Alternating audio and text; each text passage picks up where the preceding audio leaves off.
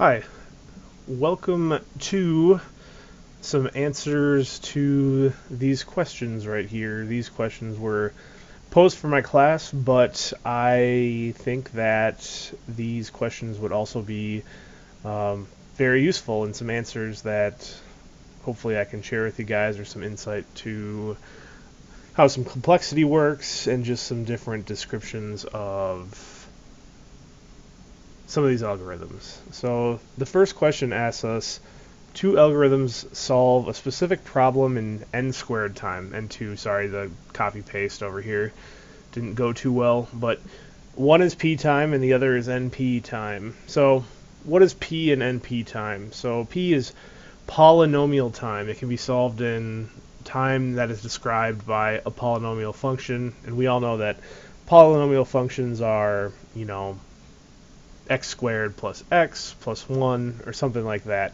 And the other is in NP time algorithm. So what is NP? NP stands for non-deterministic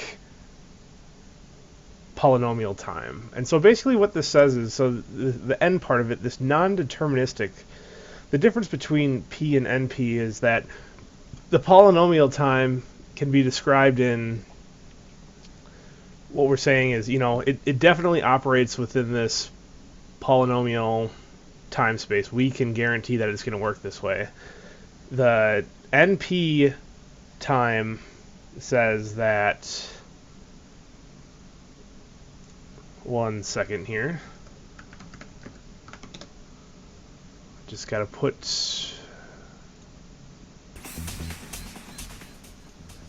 so getting back to it.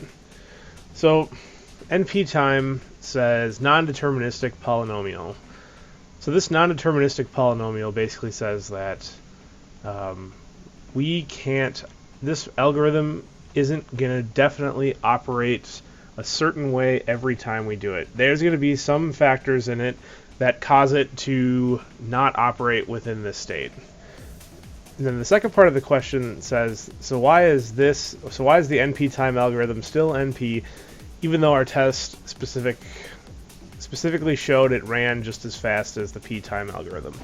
So when we're talking about NP and P, so a p time algorithm, every time we run it, no matter what set of inputs we have, it's going to run in that determined polynomial time that we or someone else has come up with. The NP says that it won't always run within P constraints, but given the right circumstances or randomness or whatever we want to call it, that our NP time algorithm may eventually end up being able to be solved in our polynomial time.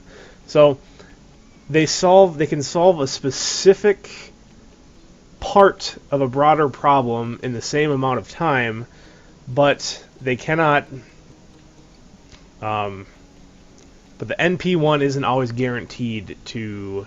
So the polynomial time, you can think of it as kind of a circle. An inner circle, the polynomial time says our algorithm is going to definitely run within the time constraints bound by this circle. Non-polynomial time is a larger circle bounded on the outside of that inner circle, saying that it may fall into this polynomial time at some point, but there is a region also that some solutions to this algorithm may not end up in polynomial time. So question number 2, is there a subset of numbers in the given set here, which is 25, 17, 20, you can see it right there, that sums to 100? What about 130? So, and what is the complexity of this? So we think about this, right? And we're saying, okay, now we have to start with an arbitrary number and look through the list and see what combinations of these numbers might work with this list. So we think about it, we can say, okay, so we're gonna grab 29. We want it to equal 100. So what we could do is we could say, let me make this text box a little bit smaller. So what we can say is we put another little text box down here and open this up, and we can say, you know, we're looking for a subset that will equal 100. So my first inclination would say, okay, let's find numbers that are going to either add up to a multiple of 5, or even better, an even multiple of 10. So that's where I would look here, and I would say, okay, so 23, oops. So we'd have 23 plus 47 right here, and that is going to give me 70. So that's where I would look and say, okay, now is there something that can bring me up to 30? And that would be 22 plus 8 would equal 30, and then we combine those two results. 70 plus 30 equals 100. And so we have our solution there. But so that's something that, you know, contextually we can look at this again and find these numbers and do sort of some background contextual thinking that is very hard for computers. So how would we go about doing this as a computer, and what would be the complexity of this? So let's take a look and see if we can do the same thing for 130 first, and we can say, okay, so if we already got 100 from here, let's see what our remaining numbers in our subset would be. So we have 23 plus 47, so we take 23, 47, 22, and 8, so we have 59, 17, and 40, and 14 left. So now we want to make 130. Well, I guess the easiest thing to try first would be to look at our remaining numbers and say, is there any that can give us another 30, because we already have gotten 100. So there's not. So let's look back at here and say, what if we tried to just add our two largest numbers together? So 59 plus 47 is going to give us, what is it? 106. So that leads us with, we need to have 24. Well, we can see that our next smallest number is 8, and then after that is 22, so that's not going to work. So we need to get something that's under 106 to be able to use any of these factors right here. So let's do 59 and 40, and that gives us 99. So, and now we need 31. And we look here and we say we have 14 plus 17, and that equals 31. So 99 plus 31 gives us our 130. So it's interesting to see is, like, as our numbers get bigger with our subset, these problems become more difficult to solve. You know, the lower our total is, it seems like the easier it would be. But let's talk about some different arrangements of how we could figure this out in terms of complexity regarding an algorithm. So the way I solved this wasn't really defined by a certain algorithm. There wasn't really any iterations or recursions. It was just, we're going to try to find subsets that eventually add up to that, and it was just a lot of guess and check. So, you know, with algorithms that operate in exponential time, let's say 2 to the n, which is usually something like that, it's usually a take it or leave it thing for each member in your n set. So, you know, a 0 or 1, so 2 to the n there. This is a little bit different, though, because think about if each combination, if we picked 59 right away, and so if we picked 59 as our arbitrary first number, well, we could have 59 plus 17 as our first thing, 59 plus 17 plus 47. This ends up being something on the order of n factorial, because we have n times all the way down to 1 of different combinations that we can have, because we can combine so many of these subsets together in different combinations. That's my best guess at it, is that the big O of this would somehow be n factorial. So question number 3. If an algorithm lacks a reasonable solution polynomial time, does that make it NP or XP time? Why? So this is a good question when we think about it. So, well, let's take a look here.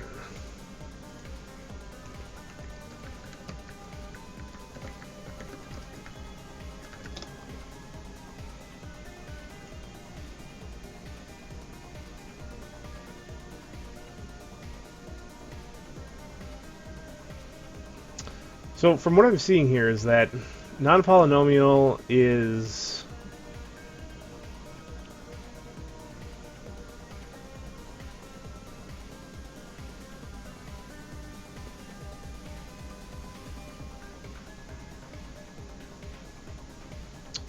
so going back here and we're saying, okay, so this is kind of one of those things where it's like, okay, so non-polynomial or exponential time. Well, it depends.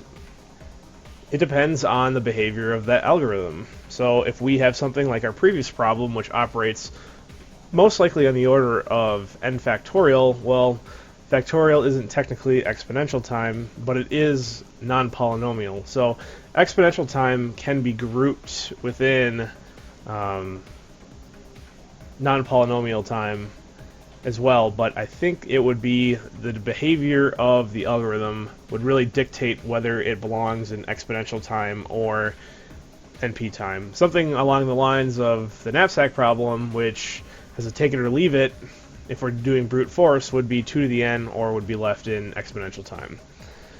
So how would you solve the traveling salesman problem? You're given only about one line across the page to answer this, which should be a hint that we don't want code or necessarily a specific solution.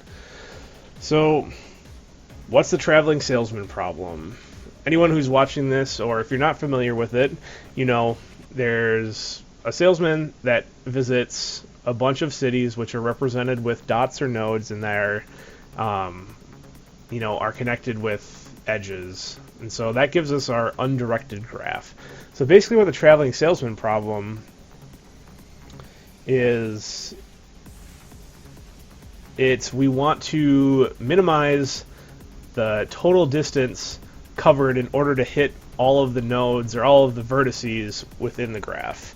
And so that would be a pretty concise explanation to that. It's an optimization problem where we are looking for the smallest amount of distance, or however the graph is weighted between the cities that this traveling salesman problem is going to. And I guess I did the wrong question first. I described the second question, which we'll look at now, is how would we solve the traveling salesman problem? And this is one line across.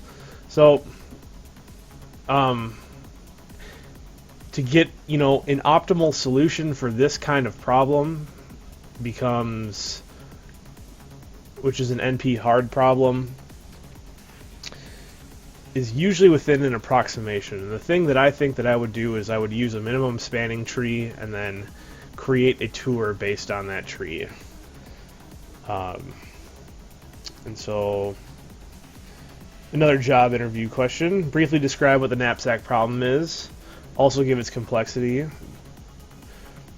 You can misunderstand it, or mention the one from the book that we read in the NP Complete chapter, which would be in Impressive Answer. So the knapsack problem in the video that I described before, in the video that I had before, basically said that you have some number of items that have a certain weight and a certain value, and you have a knapsack that can only hold a certain weight, and you need to maximize the total value of the items that you put in.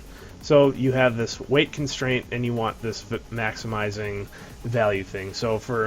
And this really becomes an exponential time problem with 2 to the n, where n represents our number of items that we're looking at, because the brute force way would give us, so the 0, 1 would say that we can either take it or leave it, and there's only one of the items. So it becomes a 2 to the n problem, because we can look at all the combinations that we either take or leave and figure out which one is the maximum,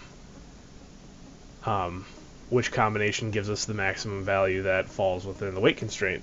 So, but the NP complete one is, there's a different type of knapsack problem that says, there's some varieties that say, okay, well, you can have the items that are in there, you can split them up, or I think the more famous one is that it's a 0, 1 problem, but you can have multiples of the same item. So, I mean, that even opens up a new floodgate of different amounts of combinations, because now, yeah, that just goes into a total NP complete problem, because,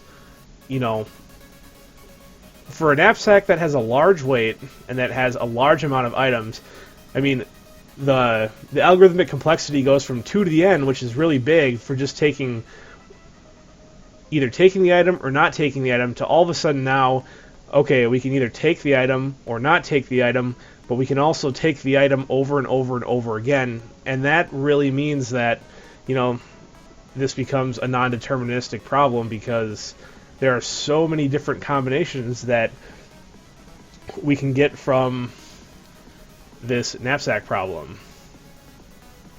Or I guess different combinations of items that will fit into our knapsack. It would only be, hinged by the constraint. So we'd have either take it or leave it, plus as many times. I mean, yeah, the combinations would be crazy, because if we looked at it, we could say each item in the knapsack, if it could be taken more than once, we could theoretically go up to the total amount of times we take the same item that gets us to our weight constraint.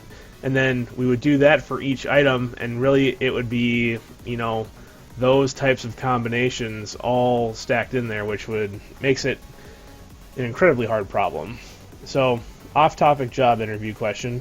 Describe shortly how a hash table works in about a paragraph of text.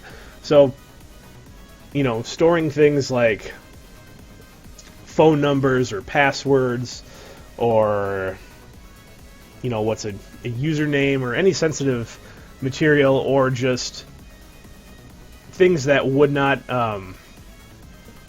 say if you had a phone number is a good example. Say if you had 100 users on your application, or in your database, or however you want to, whatever the hash table is going to be used for, and a phone number has 7 digits, which is way more than the 100 users that we are going to. So what we can do is we can use a hash table and use some sort of hash algorithm to assign it a hash value, which basically reads in whatever input that you're having, performs some calculation the way that the user defines it, and sticks it in a certain index of an array, or whatever type of data structure that you want to use that would be considered our hash table. Arrays are really good, because we can index it, and that's kind of the point of it, is that we want to be able to index it, so our big O of our access is just 1, because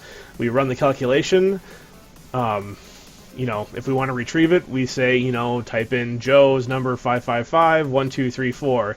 Boom, that pops out a certain index in our hash table, and it becomes really easy to retrieve. Now, if we had it saved in a 7-digit array, so an array with, potentially almost 10 million indices, that's going to be hard, just to iterate through that, and it takes up an incredible amount of space.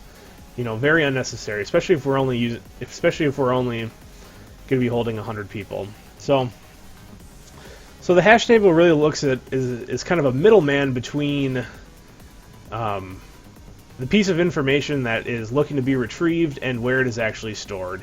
It's like taking a box and saying, okay, well, this is a box that is just a box, and we're going to be putting tons of boxes, in a certain area, but what we put in the box, is going to be a little bit different, and we want to be able to find these boxes really quickly. So a hash table basically is kind of a labeling system that we can use a function that'll generate what type of label we should put on this box or array cell, and that will give us, we'll be able to go, once we need it, we'll be able to punch our little equation in, what we're looking for. It'll give us an indice, and we can go get it. And if there's any collisions, and what a collision means is that, say, your hash function, which none of them are usually collisionless, basically says that, with your inputs there is definitely a chance and a probability that two of your inputs are going to generate the same cell in the array or the same place in the hash table. And so a neat and easy way to deal with that is we can just, inside the array, make it an array of linked lists, so that way, we only have to search O of 1 plus, potentially O of n of the linked list, which is going to be some very, very small n compared to our total number of things being stored. So describe and the last question, describe an approximation solution for the traveling salesman problem. Try to be short about it, find the one that makes sense and seems good to remember, and try to remember, or better, the general concept of what they are doing, since that would be useful to remember. So the one that I saw that seemed like a great approximation was, we develop a minimum spanning tree, which says that, okay, so we're going to develop a tree with the nodes in our graph that gives us the minimum distance, or the minimum amount of edges with a total minimum amount of distance that connects everything. And then from there, we develop, what they call a Hamiltonian cycle, which you can look up on Wikipedia or wherever you want. And basically that says is so we can take that tree and create a tour or a cycle that makes it so we can travel then between every node within there. And so that seems, like a pretty good approximation, because a minimum spanning tree is going to give us some distances that we can definitely use within our tour, and that will be on the minimum end of the scale. And also, developing a tour off of that, it just seems like a pretty good way to develop an approximation that would probably be, something on the order of a decent solution for the traveling salesman problem. So, this is my second video. I plan on doing some more. I'm just kind of getting started with the whole explaining my work and going through my knowledge. Some feedback would be great. Like the channel, subscribe to the channel if you're starting to like these videos. I'm going to try to put a different one on, every week to 2 weeks, just to, try to explain some information, or try to explain this in a way that is hopefully understandable to some people. And so, these are some good questions that were posed by my instructor, saying that, these are just some ways that we can look at some of our algorithms, because what we're really trying to do is develop a critical thinking process and really understand what types of resources and speeds that these algorithms, that are known, are going to operate on if we ever have to implement them, or even if we use a library that makes use of one of these in their underlying data structure for something, or whatever it may be. So anyways, thanks again for stopping by, and I hope this was helpful, and I will talk to you later.